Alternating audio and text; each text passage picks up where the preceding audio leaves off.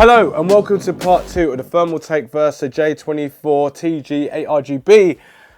Well, this is actually the build now. So we've already done talking about the case on its own. So you want to check that in the card there, or in the link in the description down below. Then you can go and check that part 1 out first before you look at part 2, because part 2's got to build in, and then it's going to have my criticism, if there's any, because I haven't even looked at it yet, but I have obviously built into it, so I can talk to you about it and explain to you whether it's right for you or not right for you. And also below this video, there will be a merch store. If you want to check out my merch store and buy something and help the channel, that'd be great. And also Amazon links all in the descriptions down below for anything that's in this video that we can purchase down below. That helps the channel grow as well. Anyway, let's on with the video.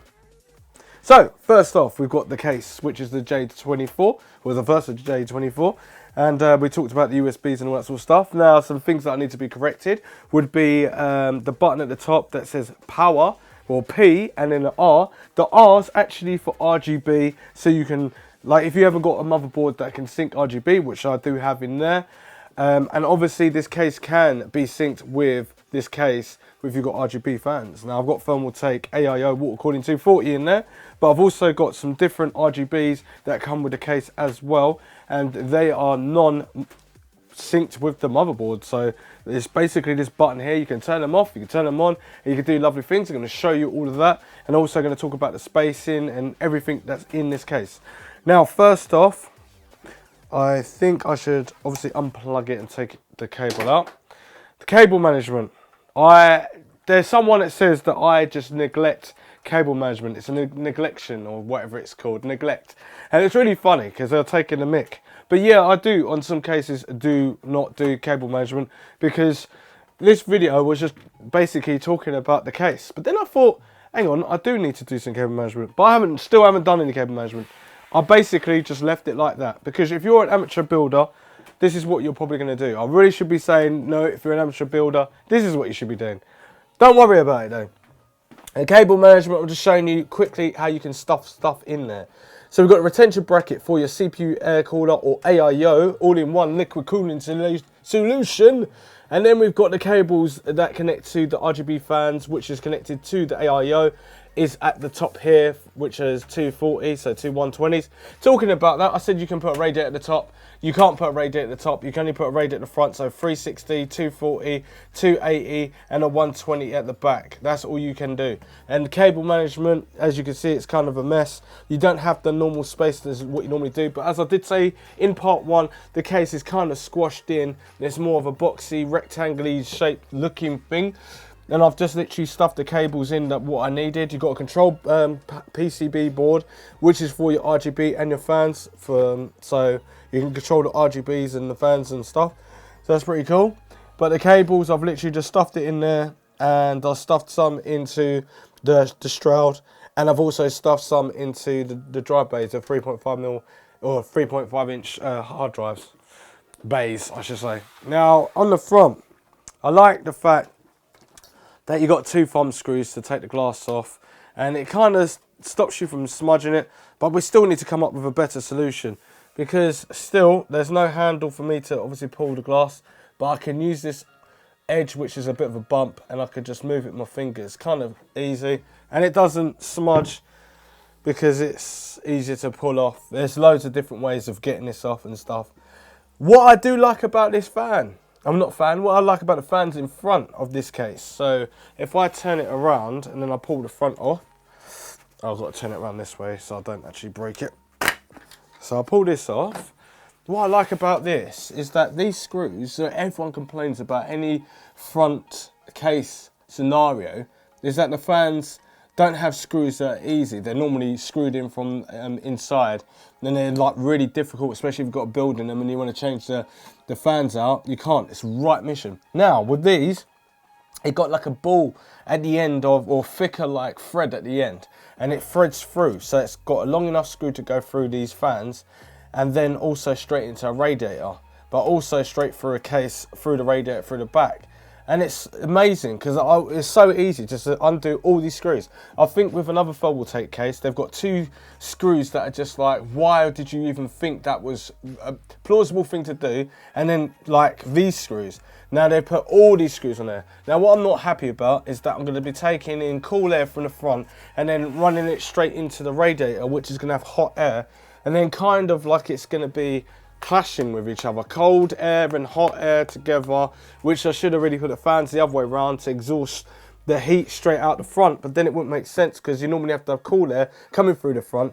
So I'm just like, I don't know. Anyway, what I do know is that this fan at the bottom will bring in cool air and it will run through the bottom and then it will go through the hard drives, which I haven't got one there, and the power supply. But it will kind of rise a little bit, but not rise that much. Warm air rises, hot air rises, cold air doesn't. Cold air kind of lingers down below. So I'll have a cooler like bottom shelf, which is not too bad because then I've got cooler air on something. And the radiator is going to be kind of like limiting itself to just having cool air here. So I'll put 2 exhaust fans on there for the phases and the MOSFETs right at the top here, so I can get some cool air, any hot air balancing around here, or some cool air. I can have it so it goes up, but then I'm kind of losing it because I'm going through and then half of it's going up and straight out as like hot air. But then if you think about it, if I've got a radiator, I'm kind of mixing in half warm and air, cold and warm air like at the same time. So hot air here, and then cool air around here, and then cool air from here. So cool air intake, straight out exhaust with warm and cold air. Proper mad, I know. Anyway, RAM, if it gets hot, it goes straight out the top. And obviously I've got AIO, so there's nothing cooling phases or anything like that on the MOSFETs.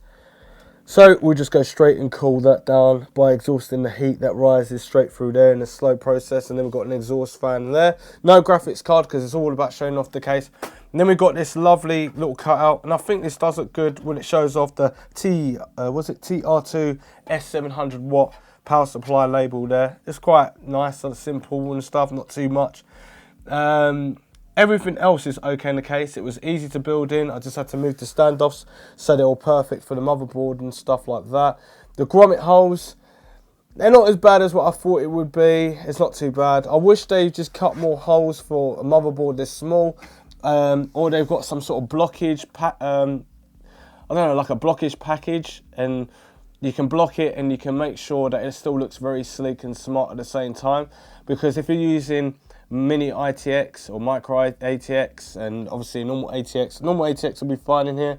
And as you can see, the cables do look like lanky, not lanky, but they just don't look clean and clear. It looks a bit clustered. Look at the HD audio straight over there. It's like really annoying. And then like the cables need to be cut out in exactly the same place as where you would find the SSD. The SSD, I think, if I put that there, then I'll have cables routing straight over there as well.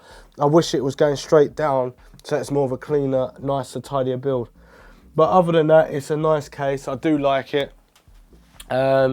It's nice. I've had it running for a while and everything like that. Cable management could be improved by my standards, but I just can't be bothered.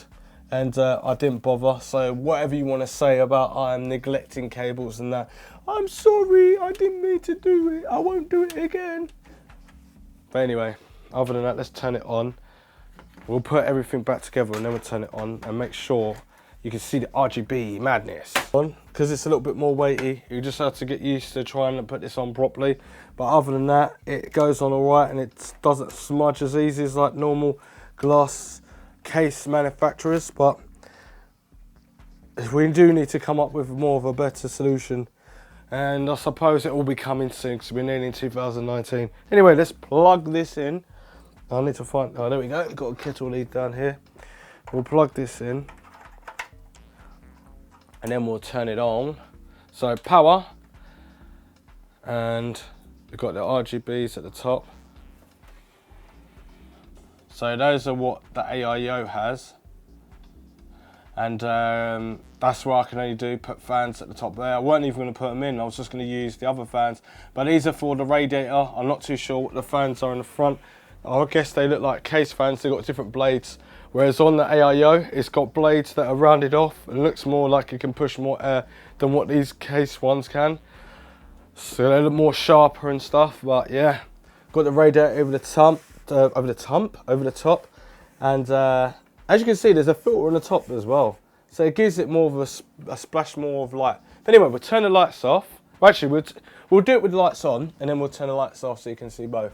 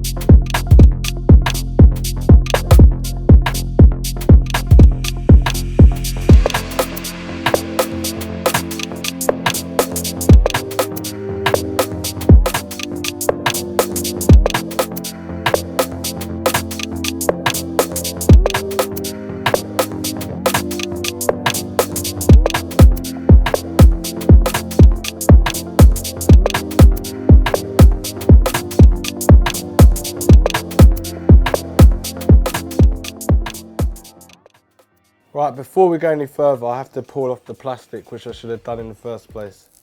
So here we go, here we go. Ooh. Yes! In one shape or form, he does it. As you can see, it looks very nice, very elegant. Got the RGBs going at the top there, which are totally different from the RGBs at the front, but it don't make no difference. At the end of the day, who is this case for?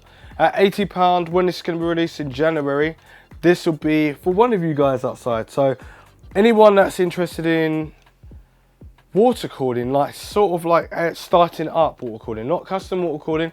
It's not a custom water cooling case. This is an AIO with things compressed into it. And talk about compressed. They put the power button and the RGB button together. That's a bit of a mess, because I think to myself, P power, okay, R reset button, and I'm about to not press the reset button, and I'm like, no, the reset button is the RGB button, even though you could probably set the R button for the reset button. It's all very confusing. But anyway, other than that, you've got an RGB button right at the top that's mixed into the power button. I don't like it. But things I do like, I like the filter. I don't like the fact if I've got an AIO, the fans are not going to match with the front there. Even if I can sync it, it's going to look a little bit awkward, even if it's from the same company. I like the front. I think it's very minimalistic and stuff like that. For £80, I should get a little bit more. But after reviewing a few cases, I feel that I do get a bit more.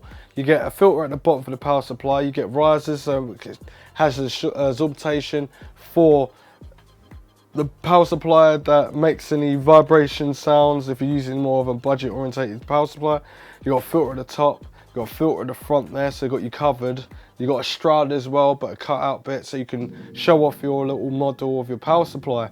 And then you've got all the standoffs already in there, but it didn't include a standoff, what's it called? A standoff key tool where you undo the standoffs and you can place them in different places for the motherboard that I've got in that case. But you do get USB 3, so that's cool at the top. Not USB 3.1, but USB 3, and that's not bad for that price. Microphone jack, headphone jack, and LED indicators and hard drive indicators, that's all good. The power, the 120 fan at the back is kind of, doesn't give you enough room to move. I didn't really see the point. You might have just bolted through like holes and then screwed them straight in. There was not really much like room to move like the other cases. The power supply, that's another thing I need to address. It has a big back. You don't place it from the side, you push it straight from the back. Then it's got a bracket that comes with it, and you screw in the hexagon screws, which is about 4, and then you've got 4 more or 5 that go onto the bracket and then straight into the power supply, and it kind of crushes up the cables and stuff. But spending more time with it, you can literally get some nice cable management. Cable management's about 1 centimetre and a bit, centimetre in the side. It was big enough for the box. It's like if you've got this AIO, they've made room for that box to fit in there. That's decent. I like that. Graphics card is going to have no problem going across there at all. And the way everything can keep cool as well, it's pretty nice, especially if you've got a graphics card, depending on which way you're going for, blower style or non-blower style graphics card. But it looks very clean and tidy, and it saves more room on desktop space, and you can fit a normal size ATX motherboard in there and it'll look nice, even though it hasn't got rubber grommets, which I would like to see. But if I liked to see that and they put them in, it might be cheap ones that normally cause more problems, where you put the cables in and then the grommets come out and they're all stuck on the cables. That is so annoying. But they've opted not to put them in, and it's not sharp or anything like that, and it's simple to build in, and it was cool. I like it.